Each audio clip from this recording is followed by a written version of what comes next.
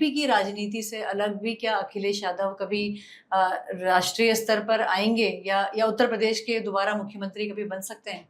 पहली बात तो राष्ट्रीय स्तर पे ऑलरेडी हैं, मैं उनको क्या कहूँगा, ठीक है, बहुत आदरणीय हैं, अच्छा है, कर रहे हैं। मैंने इनके बारे में जुलाई 2022 के पहले, जो चुनाव के पहले बोला था कि अखिलेश यादव जी डबल पावर से वापस आएंगे। उससे पहले उनकी यूपी विधानसभा में शायद 55 सीटें थी, इस बार 111 हैं, एग्जैक्टली 1 सीट बस ज़्यादा है। इस बार 2027 का जो चुनाव आ रहा है उसमें अखिलेश जी मुझे पुनः पावरफुल होते दिख रहे हैं। पर यह कहना कि क्या वो अखिलेश जी मुख्यमंत्री बन रहे हैं 27 में, इस पे थोड़ा सा मुझे संशय लगता है। क्यों? क्योंकि जब तक योगी आदित्यनाथ जी वहां पे विराजमान हैं, जिनकी की स्वयं की जो हास्य रेखाएं हैं वो बहुत मजबूत हैं, तो ऐसे में मुझे डाउट है कि हो पाएगा 27 में। पर हाँ, अखिलेश जी एक बार पुनः मुख्यमंत्री बनेंगे ही बनेंगे, क्योंकि उनकी कुंडली में कम से कम 2 बार मुख्यमंत्री बनने के योग हैं। तो अगर मान लिया योगी जी सेंटर की तरफ जाते हैं, तो फिर बीजेपी में कौन उनका कौन सक्सेसर होगा, वहां पे कौन उभरेगा? ये एक बहुत ही विचारणीय प्रश्न है, क्योंकि आप सही कह रहे हैं, मुझे लगता है शायद second line of politics Uttar Pradesh में बीजेपी की दिख नहीं रही है। तो हो सकता है कोई बड़ा आश्चर्य नहीं है, जैसे मोहन यादव जी आए हैं, जैसे और नए देवेंद्र फडणवीस जी जब आए थे तो भी नए थे। हो सकता है बीजेपी की कुछ इंटरनल चल रही है, उसके बारे में I am not the right person, अभी नहीं कह पाऊंगा। जी। मोहन यादव जी का ही जिक्र आपने अभी छेड़ दिया है, तो हाँ। मध्य प्रदेश में क्या आगे भी वो रहेंगे एक मजबूत नेता के तौर पर, क्योंकि पॉपुलर तो वो हैं? तो आप कभी मोहन यादव जी का चेहरा देखिए, उनका मस्तक देखिए, मस्तक उनका इतना ज्यादा चौड़ा ललाट है जो शो करता है कि उनका राहु और बृहस्पति दोनों बहुत अच्छे।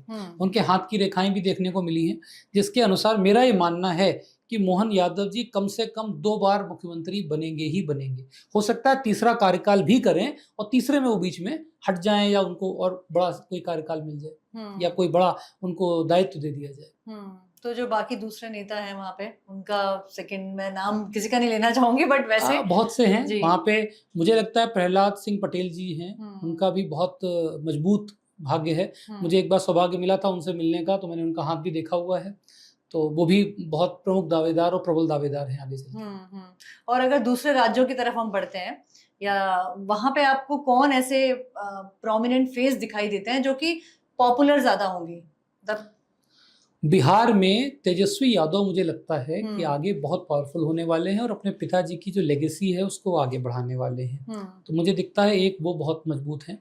दूसरा, मुझे महाराष्ट्र में मैं बोलूँगा कि अभी जो शरद पवार जी की पुत्री हैं, मुझे वो भी बहुत ताकतवर दिखती है कि वो भी जो है लेगेसी को आगे बढ़ाएंगी, वो भी बहुत मजबूत दिखती है। सुप्रिया सुले जी जो हैं, वो भी मुझे लगता है कि बहुत आगे बढ़ाएंगी। और एक दिया कुमारी जी हैं जो कि इस समय डिप्टी चीफ मिनिस्टर हैं, वो भी मुझे बहुत बड़े स्तर की राजनेता दिखती हैं आगे। तो ये ऐसे नाम हैं जिनको आप राष्ट्रीय स्तर पे और अंतर्राष्ट्रीय स्तर पे नाम देखेंगे भारत में। और साउथ की अगर बात करें तो साउथ में कौन से प्रमुख ऐसे नेता हो सकते हैं जो आने वाले टाइम में दिखाई दे? क्योंकि कहीं ना कहीं जो सेंटर की राजनीति होती है उसमें नॉर्थ का दबदबा थोड़ा सा रहता है, तो क्या ये समीकरण या ये इक्वेशन आगे भी आपको ऐसे दिखाई दे रही है?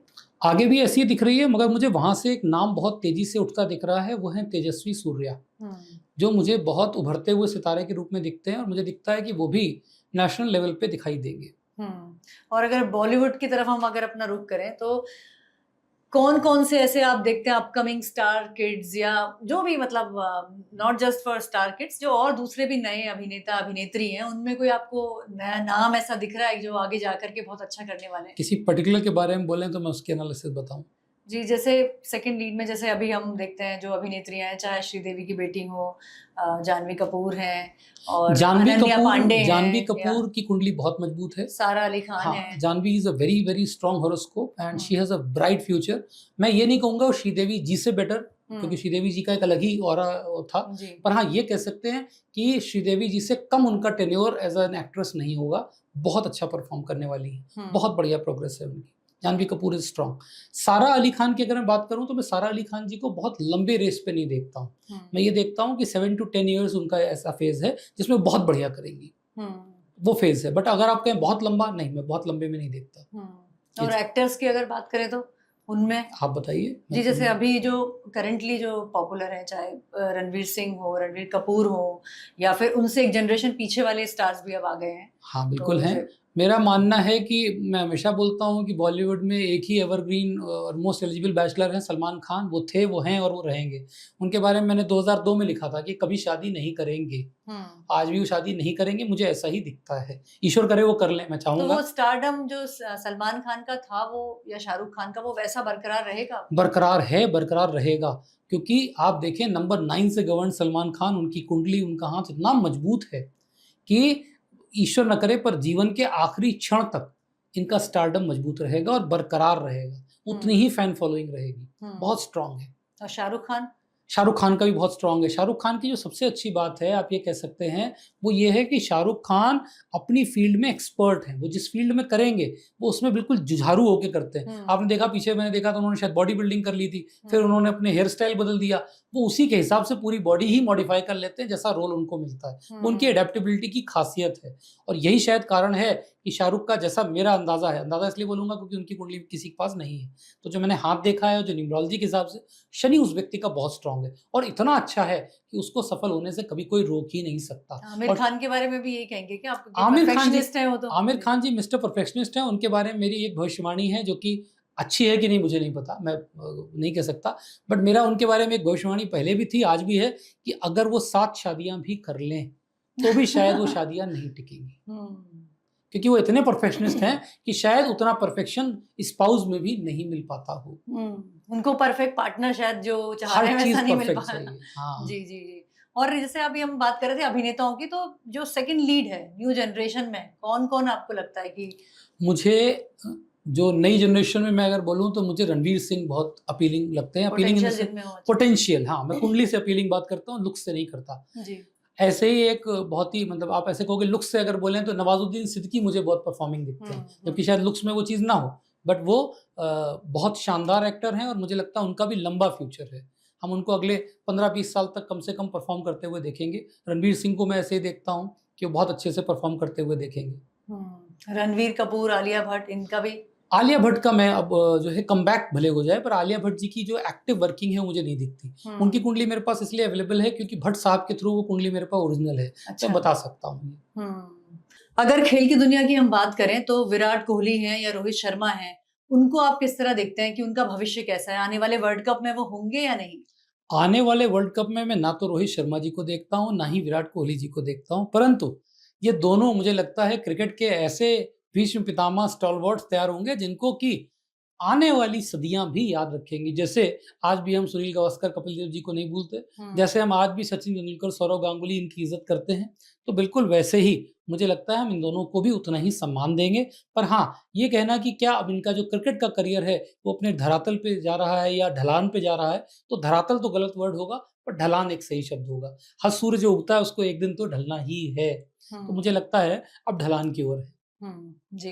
और अब हम थोड़ा इकोनॉमी की भी बात कर लेते हैं कि वर्ल्ड इकोनॉमी इस समय पे एक थोड़ा सा ऐसे मंदी के दौर में है, कह सकते हैं। आपको क्या लगता है, सोने चांदी के रेट इतने ज्यादा बढ़ चुके हैं, क्या इसमें बढ़ोतरी और दिख रही है आगे आने वाले टाइम में? इकोनॉमी कैसी रहेगी? जुलाई 2022 में मैंने एक निजी चैनल पर ये बोला था कि 2025 के बाद 5 साल ऐसे हैं जबकि पूरी दुनिया की इकोनॉमी हिलने वाली है। आज भी मैं ये बोल रहा हूं कि 2025 से 2030 के बीच में दुनिया की बहुत सी इकोनॉमीज अपने आप को बर्बाद करती हुए पाएंगी। दुनिया की बहुत सी इकोनॉमीज कोलैप्स हो जाएंगी और ये जो नंबर 2, 3, 4, 5, 6, 7, 8 पे देश थे, ये कोलैप्स होते दिखेंगे।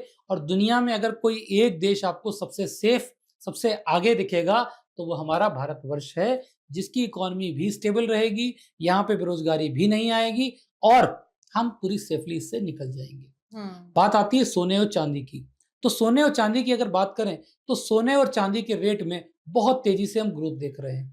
सोना मैंने 2025 में बोला था कि 1 लाख क्रॉस करेगा, 2026 में 2 लाख प्रति 10 ग्राम का रेट सोना क्रॉस कर जाएगा। बात आती है अगर 2030 की बात करें तो मुझे दिखता है 5 लाख रुपए के निकट सोना पहुंच जाएगा। और चांदी की अगर बात करें तो मैंने चांदी के लिए 3 लाख की भविष्यवाणी दी थी, जो कि इस बार लगभग उसने टच किया, फिर से कर लेगा। और 15 लाख रुपए की भविष्यवाणी मेरी है चांदी के बारे में 2030 में। मतलब कोई राहत नहीं है यहाँ पे? राहत की बात ही नहीं है, बात इसलिए नहीं है राहत की क्योंकि सोना देव धातु है। ये हमेशा ही महंगा था, हम्म, ये कभी सस्ता था ही नहीं। आप हमारे बुजुर्गों से बात करिए, वो कहेंगे सोना तो हमेशा ही महंगा था। अरे जिस जमाने में 1 रुपए कमाते थे तब सोना इतने रुपए का था। तो हम्म, सोना हमेशा जो उस समय की इकोनॉमिक स्टैंडर्ड होते हैं उससे महंगा ही रहा है। ये देवताओं के धातु है, राजा महाराजाओं के मुकुट होते थे सोने के। आप बताइए आम आदमी सोना पहनता था? हाँ सही बात है। तो आम आदमी पहले भी सोना नहीं था, हम्म, क्योंकि देव धातु मानी गई है, देवताओं की धातु मानी गई है। आप देखो देवताओं के मुकुट दिखाए जाते थे सोने के, बिल्कुल। तो हमेशा से ये महंगी धातु थी। हम्म, मूल्यवान धातु नाम ही इसीलिए प्रेशियस मेटल। इसको नॉन प्रेशियस मेटल नहीं बोलते, इंग्लिश में आज भी इसको प्रेशियस बोलते हैं। प्रेशियस का मतलब नोबल मेटल है, आसानी से नहीं मिलेगा, महंगा है, महंगा रहेगा, कौन समस्या है। बिल्कुल सही कहा आपने। लेकिन जैसे इकोनॉमी की हम बात करें, आपने बोला भारत में स्टेबिलिटी रहेगी, लेकिन आईटी सेक्टर को अगर हम देखते हैं तो एआई के आने से जॉब्स लोगों की कट हो रही हैं, आगे और भी हो सकती हैं। तो क्या लगता है आईटी सेक्टर क्या इससे बहुत प्रभावित होने वाला है? 2025, 26, 27, 28 ये ऐसे 4 साल हैं जिनमें राहु भगवान का डोमिनेंस है। ऐसे में आप देखेंगे टेक में भी राहु डोमिनेट करेंगे, यानी कि आर्टिफिशियल टेक लाएंगे, यानी आर्टिफिशियल इंटेलिजेंस। मैं 2 इंडस्ट्रीज जिनको बुरी तरह सफर करते हुए देख रहा हूं, एक है टेक इंडस्ट्री और दूसरी है ये आपकी मीडिया इंडस्ट्री, यानी जिसको आप पत्रकारिता कह सकते हैं। जो जर्नलिज्म की इंडस्ट्री है इसमें भी आप सावधान रहिए, बहुत तेजी से चेंजेस आने वाले हैं और एआई बहुत लोगों की नौकरियां गायब कर देगा। वो आ ही गए हैं चेंजेस, क्योंकि डिजिटल मीडिया इतनी तेजी से उभरा है अभी ना, तो वो चीज भी है। जी।